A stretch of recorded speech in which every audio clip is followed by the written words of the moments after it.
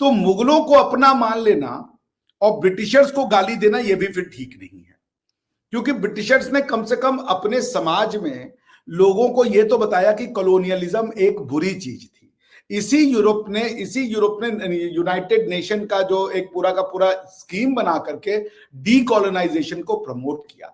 इस यूरोप ने यह भी किया कि जो भी उनके लोग जिस जगह पे भी उन्होंने कॉलोनियलिज्म किया, वहां पे बाद में उन्होंने चंदे भी दिए या कह लीजिए एड भी दिया। उसके बाद उन लोगों को सिटीजनशिप भी दी। क्या जो बाकी आए थे, मुगल आए थे, उन्होंने इंडियंस को या पाकिस्तानी को सिटीजनशिप दी है क्या उज्बेकिस्तान ने? क्या उज्बेकिस्तान ने माफी मांगी है इस कॉलोनियलिज्म के लिए? अगर आप कह रहे हो कि वो बाहर से आए थे, तो फिर ये तो बताओ ना कि बाहर से आने को आप गलत मानते हो ना, तो फिर कौन कौन बाहर से आया था, सबका हिसाब किताब तो करो।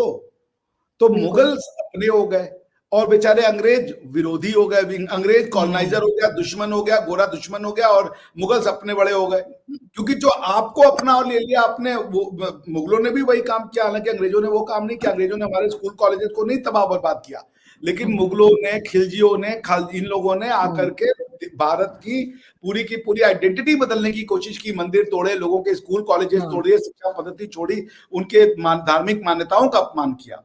तो आप उनको अपना रहे हो और उनको आप प्राउडली कह रहे हो कि भाई हम तो उनको अपनाते हैं, हम तो इनहेरिटर हैं।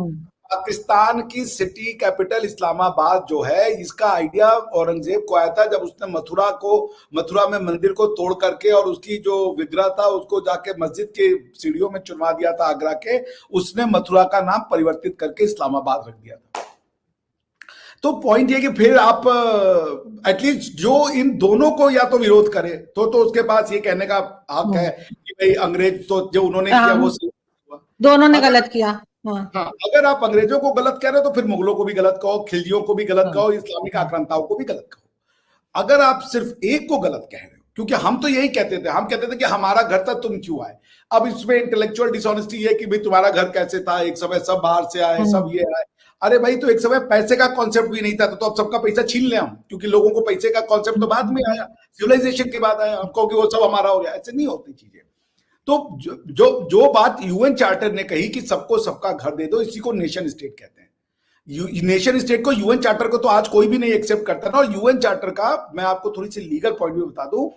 आर्टिकल 2 क्लॉज 4 जो है यूएन चार्टर में, वो ये कहता है कि यूज ऑफ फोर्स करके किसी की टेरिटोरियल इंटेग्रिटी को नहीं बदला जा सकता। यानी आप जो टेरिटरी को क्या कहते हैं, बॉर्डर्स नहीं चेंज कर सकते फोर्स का इस्तेमाल करके। ये सारे के सारे जो भारत में कब्जे हुए थे, ये फोर्स का इस्तेमाल करके हुए थे। क्वेश्चन ये है कि ये जो टेरिटोरियल इंटेग्रिटी है, यानी कि एक देश की टेरिटरी है, ये कब से शुरू हुआ? क्या ये यूएन चार्टर के आने के बाद से शुरू हुआ? और आर्टिकल 2 क्लॉज 4 को आरजू जी यूज कॉजेंस, जस्ट कॉजेंस, या आप ऐसे समझ लें कस्टमरी इंटरनेशनल लॉ कहते हैं। तो ये जो कॉन्सेप्ट ऑफ टेरिटोरियल इंटेग्रिटी है, ये आज का नहीं है, ये हजारों साल से जिस भी देश ने अपनी टेरिटरी को समझ लिया और उसने कहा ये आज से मेरी टेरिटरी है, उसको उसकी टेरिटोरियल इंटेग्रिटी को प्रोटेक्ट करने का अधिकार मिल गया। इसीलिए क्रूसेड लड़ा गया।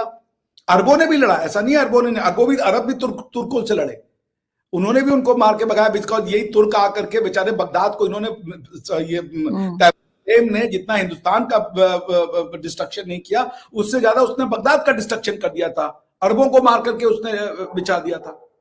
तो पॉइंट ये कि हम सब इसके वो बने हुए हैं, क्या कहते हैं, शिकार। लेकिन जो अंग्रेजों के ऊपर ये बात उठाते हैं, उनको फिर मुगलों के बारे में भी ये बात, उसमें भी बोलना चाहिए। बिल्कुल सर, जब हम स्कूल में थे ना, तो ब्लास्ट हमेशा से पाकिस्तान में काफी होते आए हैं। तो स्कूल में मुझे याद है कि हमें ना बताया जाता था कि ट्रेनिंग एक तरह की बच्चों को दी जाती थी कि भाई बेल होगी और ये बेल होगी, उसके बाद आपने सबने भाग के ग्राउंड में चले जाना है। और वो टाइम टीचर्स नोट करती थी कि पूरा स्कूल जो है वो, अगर कहीं से फोन आ जाए, कोई बात हो जाए कि जी यहाँ बॉम्ब रखा है, तो बच्चों को बाहर कैसे निकालना है।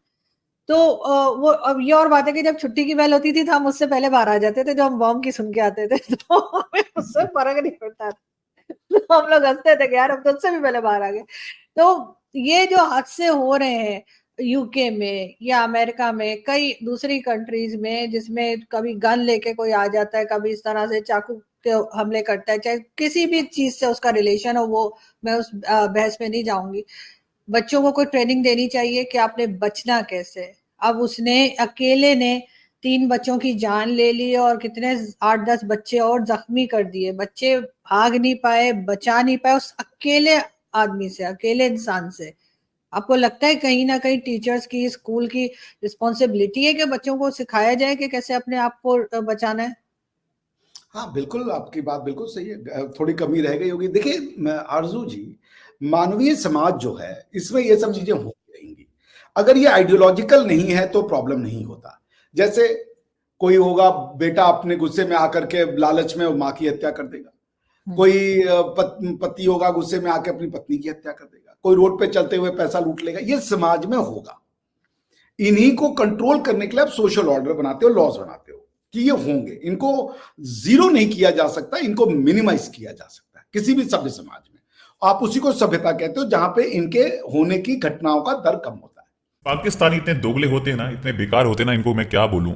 एक तरफ ये ट्रंप की हत्या का प्लान बनाते हैं और दूसरी तरफ ये अमेरिका पहुंच जाते हैं उनसे भीख लेने के लिए। कहा जाता है कि अमेरिका में हाई प्रोफाइल किलिंग को अंजाम देने की स्क्रिप्ट ईरान में लिखी गई थी और इसके लिए पाकिस्तान के एक शख्स को हायर किया गया था। अमेरिकी न्याय विभाग ने इन हाई प्रोफाइल हत्याओं की साजिश रचने के मामले में पाकिस्तान के 46 साल के शख्स आसिफ मर्चेंट को गिरफ्तार किया है। उस पर इन हत्याओं को अंजाम देने की कोशिश का आरोप लगाया है। FBI के डायरेक्टर क्रिस्टोफर ने इसे ईरान की साजिश का हिस्सा बताया। FBI के मुताबिक मर्चेंट एक खास मकसद से पाकिस्तान से अमेरिका गया था, लेकिन अमेरिका पहुंचने से पहले उसने कुछ समय ईरान में बिताया। आसिफ जून में न्यूयॉर्क गया, जहां उसे इन हाई प्रोफाइल हत्याओं की सुपारी देने के लिए एक शख्स से मिलना था। आसिफ ने इसके लिए 2 सुपारी किलर्स को $5000 की पेमेंट भी की थी, लेकिन जिन्हें सुपारी दी गई वो असल में अंडरकवर एजेंट थे। इस सुपारी के बाद जैसे ही आसिफ ने अमेरिका से रवाना होने की कोशिश की, उसे गिरफ्तार कर लिया गया। लेकिन रवाना होने से पहले उसने किलर से कहा था कि पाकिस्तान पहुंचने के बाद वो उन लोगों के नाम उजागर करेगा जिनकी हत्या की जानी है।